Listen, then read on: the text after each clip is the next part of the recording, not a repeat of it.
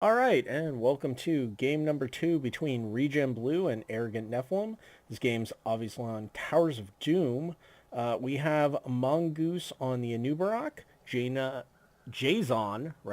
the Jaina, Larson on the Zarya, Ashtir on Stukov, and up top we have Grendel on Zagara. And that is Regen Blue. On the Arrogant Nephalem side, we have Kime once again on Malthael, Trab on Kael'thas, Dakiladin on Zul'jin, Segatai running back Diablo, and Null Pointer on the Lucio. All right, let's get this started. 3, 1. So, Let the just battle begin. looking at the comps, obviously Arrogant Nephalem, much more of a dive composition on this squad. Diablo can go in deep, Lucio can get the team in. Got a strong auto attacker in Zul'jin, Malthael the solo laner, but with speed boost, much more dangerous than otherwise would be. Meanwhile, it looks like Regen Blue wants to play a more macro-oriented game, and only because they took a Zagara, so they are going to hopefully not have to worry about top lane, as while Zagara won't destroy Mouth outright, they certainly can give them a bad time and hold the lane without an issue, as long as they don't get overly furious with one another. What I'm most interested in seeing is the Zarya hit, because they don't have what I would think would be a traditionally good comp for Zarya. Most of them are mages or ranged attackers, so unless the Stukov's walking up to get wild with it, but there's just not a lot of shield targets. Like, yes, you can shield the noob when they go in, but I mean, isn't that what W's for already? But, you know, double shield. Speaking of a noob, he already used a D, got stuck out, took a bunch of damage, but once again, they couldn't follow up and take him out before E came back online. Meanwhile, camps are being started at this point. Arrogant Nephalem is always good about getting their camps on time and immediately. Kime was looking to at the top camp up there to see what's going on. Diablo is pushing out the Anubarak, just missing the edge of the map right there, missing the wallbang damage, but doesn't matter. Point is, get Anubarak back. Get them away from the camp. Meanwhile, Regen Blue taking their camp at this point. This is interesting. So, Arrogant Nephalem missing a little bit of soak, but also can threaten and invade if they want. Obviously, they probably aren't going for it unless they see something, but... Oh, and they see something. There it goes. Stukov a little low, gets slammed into the wall, and boom. And they just take the camp and get out immediately. Yeah. And Regen Blue smartly realizing they're a bit out of position, can't take that fight, and give it up. And that means a really big early advantage as this whole wall is going down. So they've already eliminated bot wall, and they might lose bot as well. Oh. Stukov still at 50% life, hanging around. So, let's see if Arrogant Nephalem, how much they care about getting a double altar here. As I would imagine, it's not very high. Towers being the one map where it's incredibly easy to lose early, or not even really lose in this case, but fall behind a little bit early, give up some altars if you're not in the best position, and easily make up for it later. Unless you give up the first 5 altars or something, I mean, it's just really not that big a deal. Teammate did get the interrupt on the Anubarak, which is nice. Now they're just forcing Regen Blue back. Arrogant Nephalem, the Killidan takes the altar, and Arrogant Nephalem is looking well in this game. Certainly on much more stable footing than it looked like Sky Temple in the early going. And this bot lane is just going to be constantly under pressure. I'm almost surprised they aren't just leaving a bit of a nanny here to take care of it. Because at this point, bot lane is, most people would agree, the most important lane on the map. Ooh, are they going to get the Zarya game? No, just a little too far off. And Lucio takes quite a bit of tower shots for their trouble with that. still, that's the scary part with a Lucio Diablo build. If he got the boot, Segatai could have just rushed in, charged, flipped, and that would have been dead Zagara. Speed boost and boop followed up by a flip or a wallbang is a very scary proposition. Much like Garrosh of Lucio, where a very fast Garrosh flip can get a lot of kills if you aren't paying very close attention to your positioning. So, both teams have managed to hit level 7 without any real issue. And other than the massive structure damage we saw in bot lane, not too much else going on here. Everyone is essentially mirroring. Once again, Arrogant Nephalem already on their camp, getting it done. One of the things they are well known for. Blue team. Diablo once again goes in to interrupt, and they don't. Oh wow, they do not have damage to push him off. Are they going to get another? Arrogant Nephalem collapses in. Diablo's going to go down here. Stukov dies. Zarya's almost dead. Can they get to Killidan? No, they cannot. Now. And that means they're going to lose this one. Oh, Jane will lost all of her life in a second. They trade, but Arrogant Nephalem gets the better of that deal. 3-2, and they get the camp. Again, after the first one, you think Regen Blue would have respected it. Oh, and Mongoose going for the kill on the Killidan. Gets it. So that was actually not bad. It ended up being a 3-for-3 trade because the Killidan obviously did not expect the Anubarak to go in on him. And yeah, the Anubarak is just being here annoying, which again, they can get away with. Look at all the beetles. Eats the E and it's constantly harassing this Gale Tribe. Tribe also just doesn't have very much mana, which means once the E's down, I mean, there's not a lot going on here. So first one back, quick pop in on top lane. Oh, Zagara might go down? No. Alright. So they're just dancing back and forth. No one wants to be the first to commit. Anubarak has most of their life back at this point. And again, what's going on? The Diablo and Anubarak like touched each other and then walked by. They're like, hey, we're friendly, it's okay. Just going after that Jaina over there. Jay's on, walking far away, smartly. Lost half their life to the living bomb, though. Oof.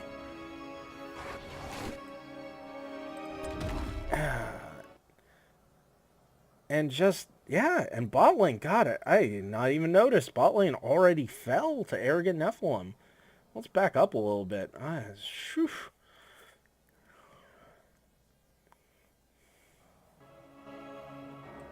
Yeah, while they were dancing and dueling,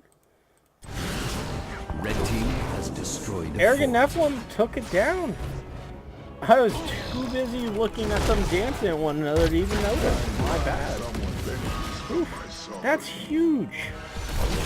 That is, wow, just, again, this is why I was saying they may want to just leave a babysitter for bot lane, because all they did was distract them while the minion wave came in and did all the work. And now they have to fight from a huge disadvantage because their camp is no longer safe. They no longer have a well here. And Arrogant Nephalem, as long as they're willing to sit down here, they can dictate the flow of this game, and Reborn Blue can't really do a lot about it. Really, their best bet at this point would be getting on mid lane and trying to soak there. Instead, Zagara's trying to double soak, but Malky's just getting everything done way faster. Because this, or even telling Zagara to head on down, because this is not gain anyway.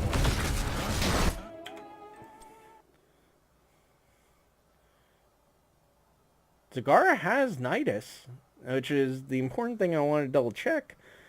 But there's no creep down here. Never took an opportunity to come down. So the global effect on her is really kind of wasted almost.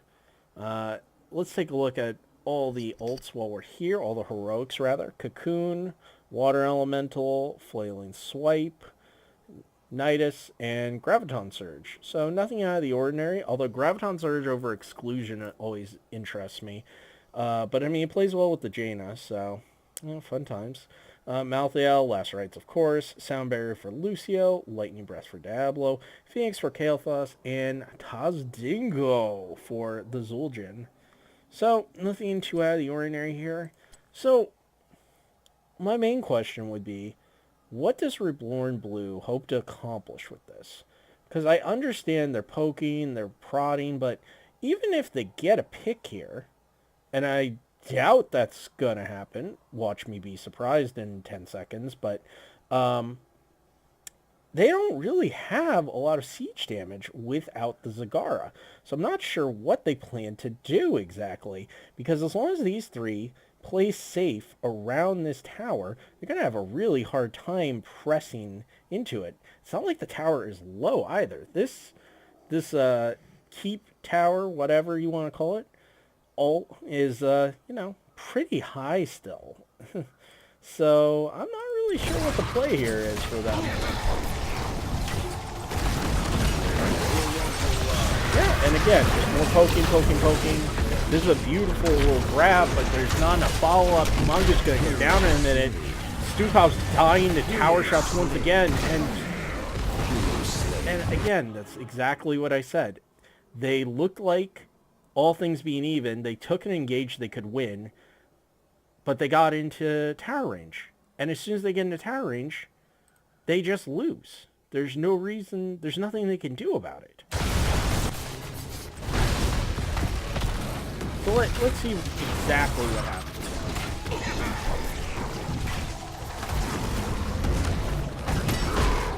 They go in on Mongoose. Mongoose gets shielded. E misses off Kael'thas. The Kil'jaeden, yes, going to get most of their life back, but right now they're at 40%. Sans comes out. But the E actually hits Stukhov way in the back. Okay, so here it goes. Cocoon on to Kil'jaeden. So with one of them, the DPS out of play, these three need to retreat. And ideally, these four will wait and pick off the Zul'jin as soon as they pop out. They can drop grab on this Cocoon, so even if they pop it, the Zul'jin can't get away. A noob goes in. Again, Diablo with Phoenix out. This Lightning Breath plus Phoenix, and he already threw out Flame Strike. This represents a lot of sustained damage. So they want to force them away. And also, the Lightning Breath, it will do the job of clearing this Cocoon. So Grav gets fired into the back line. Diablo is sitting there, but unstoppable right now, and honestly doesn't care. Tribe is going to get pulled in, but already used a bunch of cooldowns.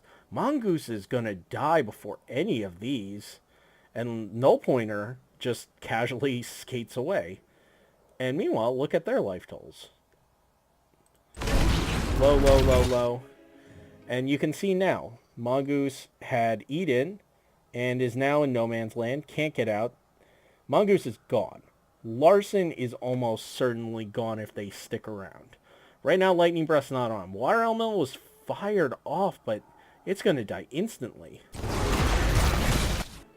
It was also tanking the 4 shots, if you notice. So once it's out of range, Ashtil is going to take tower shots. And sure enough, boom. And then the flip, and the down. And so, what? Why? And Jaina just walks up and gets blown up.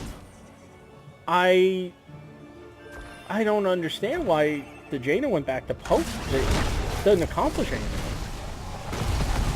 Okay, well, that went from being a bad position to an outright disaster for Reborn Blue. They just got completely team-wiped, gave up their camp, lost at least one altar, although it looks like Kime's not going to get there for a while, so...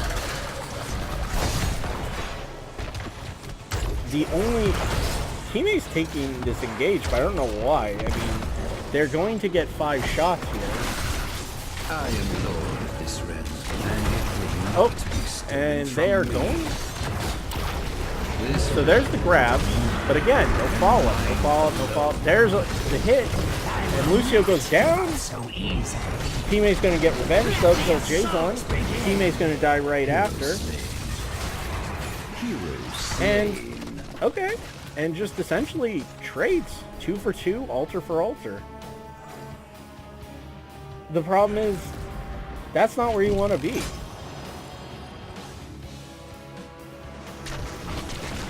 That was a very odd follow-up engage.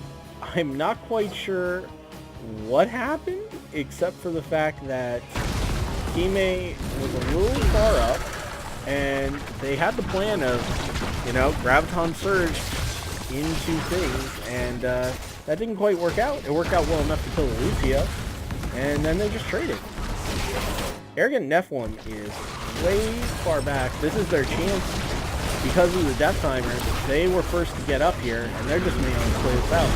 Larson gets caught out and killed, but doesn't matter. New team has destroyed. Their sacrifice was well worth getting that tower back, because now the same problem applies to Arrogant Nephalem. Not quite as much because the wave is still here, but once that wave is gone, the altar is his tower's going to start shooting. If Jaina clears it, or Zagara clears this out, yeah, now they have the protection of the tower. So Arrogant Nephalem can't engage. Reborn Blue is positioning as if they want to fight here, but I'm not sure they can really get that much done. It'd be a straight 5-on-5. Mongoose gets tapped down for a moment. Oh, Dabble's in the back on Jason. Comes back forward. Or cocoon on teammate. Mongoose going to go down to the last right. Boom. Killed in a scary spot. Pops has Dingo. Jason goes down yet again. Tilden goes down to the silence. Teammate might be able to get this 2 Pops. With a little help from Lucio. Nope. A steel's going to be able to get away. Arrogant Nephalem gets the altar.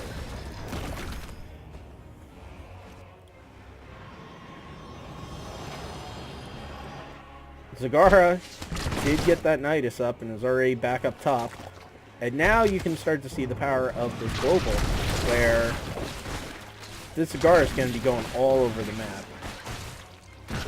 Which is going to be huge, because a big problem for Reborn Blue has been getting heroes to engages a little slowly, or taking them in odd areas, and making sure you have the Zagara there to help is a big help. I could do that. I've opened my tunnel as well. Once again, Arrogant Nephalem go for an invade, and once again, Anurak's going to take 1 million damage. Living Bomb hits Larson. Then Larson's going to die. This is scary for Stukov. They have to leave. Jason is trying to do their best to scare him off. Might go down. Nope.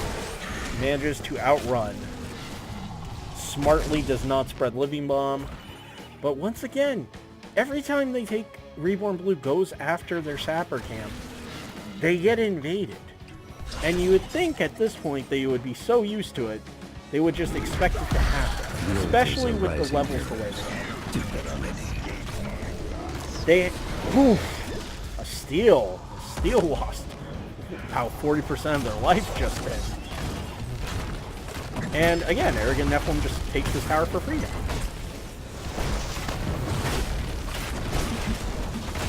It's really... So this is the way you lose towers in a convincing fashion.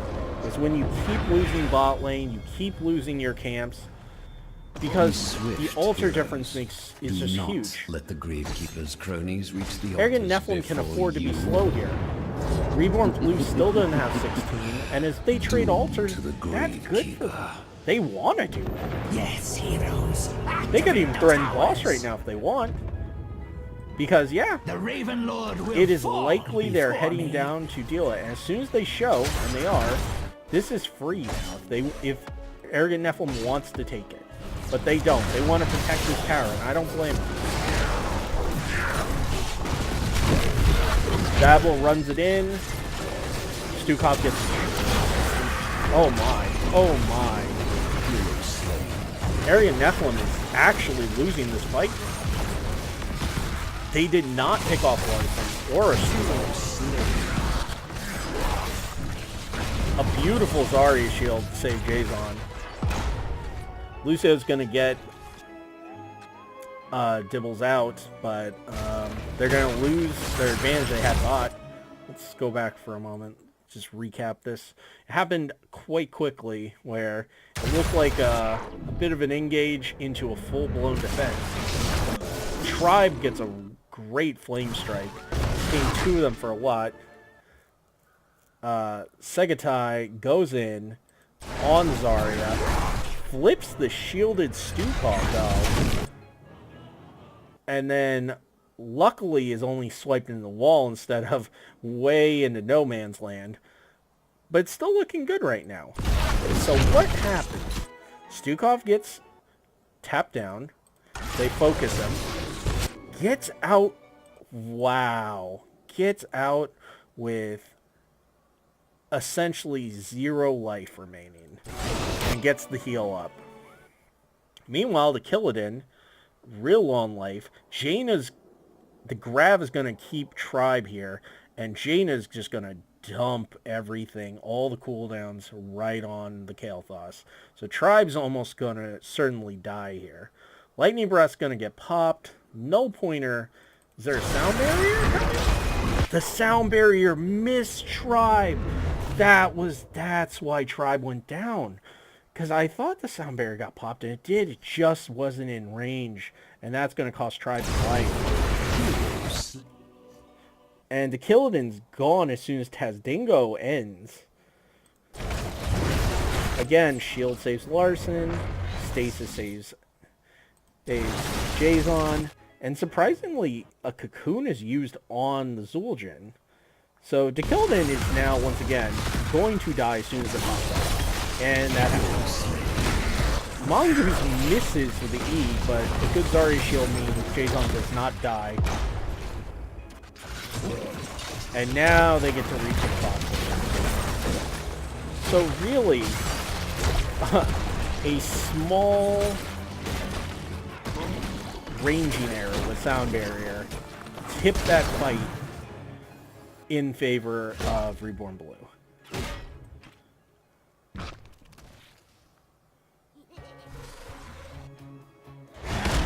And as I said earlier, again, Boop in the charge. And while that wasn't the most well executed, it doesn't matter. They got what they needed. Once more, the altars rise from the depths.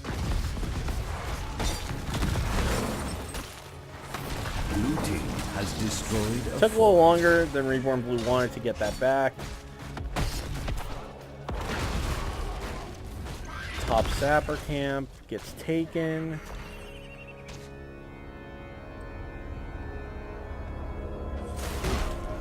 Reborn Blue is in just some big trouble here. With one of their members down, they can't defend mid if Arrogant Nephalem pushes as a full team. Yeah, they get bot altar, but that also means there's someone else not there. So this is essentially free. It's not game over, but it is not good. And Jason gets kicked out. Diablo moves away, but just like Lightning Breath. They're essentially full committed. The Killadin getting a ton of damage and takes out Stukov on their own. Mongoose is going to get flipped and go down in short order. Larson's next on the menu, getting just body blocked, and Lucio is chasing them down. That's the end of that, although shield makes it a little longer. And that's going to be game, because as soon as this altar's gone, the boss is going to get taken. And so, I think the main takeaway you can get from this is that once bot pressure was established, this composition was going to have a very hard time fighting into any sort of 4-man rotation with the tower backup. And we saw that. And they actually did manage to break that chokehold. But it was a little too late. And that's the problem with this kind of composition on towers specifically. The other main issue that Reborn Blue faced was that they kept getting invaded on sappers. And it didn't happen once. It didn't happen twice. It just kept happening the entire game. And the response to this was, best case, run away. Worst case, get 2 people killed and then lose sapper camp. At some point, while taking sappers is good, you have to either understand that Arrogant Nephalem is more than willing to commit to an even or an even tier fight here, or at least prod and poke and look for a pick to try and take this camp and commit accordingly to this area, or even have Zagaro post 10 be willing to knight us down and then threaten, and then you can take a 5v4 while Malthiel's still in top lane. Or just kind of ignore the camp. I know that's somewhat blasphemous to say, but it's honestly a lot easier to deal with these than have a half-health Stukov standing between a wall and not having an anchor for the bush. That's the other main problem, is that Diablo kept taking over this bush. Even when they sat Anubarak, Mongoose in here, they could just walk in and force him to back up. He could not hold this position consistently. And once that happens, Diablo can go in, tank some damage, and literally just hold this point hostage as long as they need to. They do not have the burst to take down 100 soul Diablo. At least not that quickly. So, with that said, congratulations to Arrogant Nephalem. They took the series 2-0. And that's it for me. Have a good night.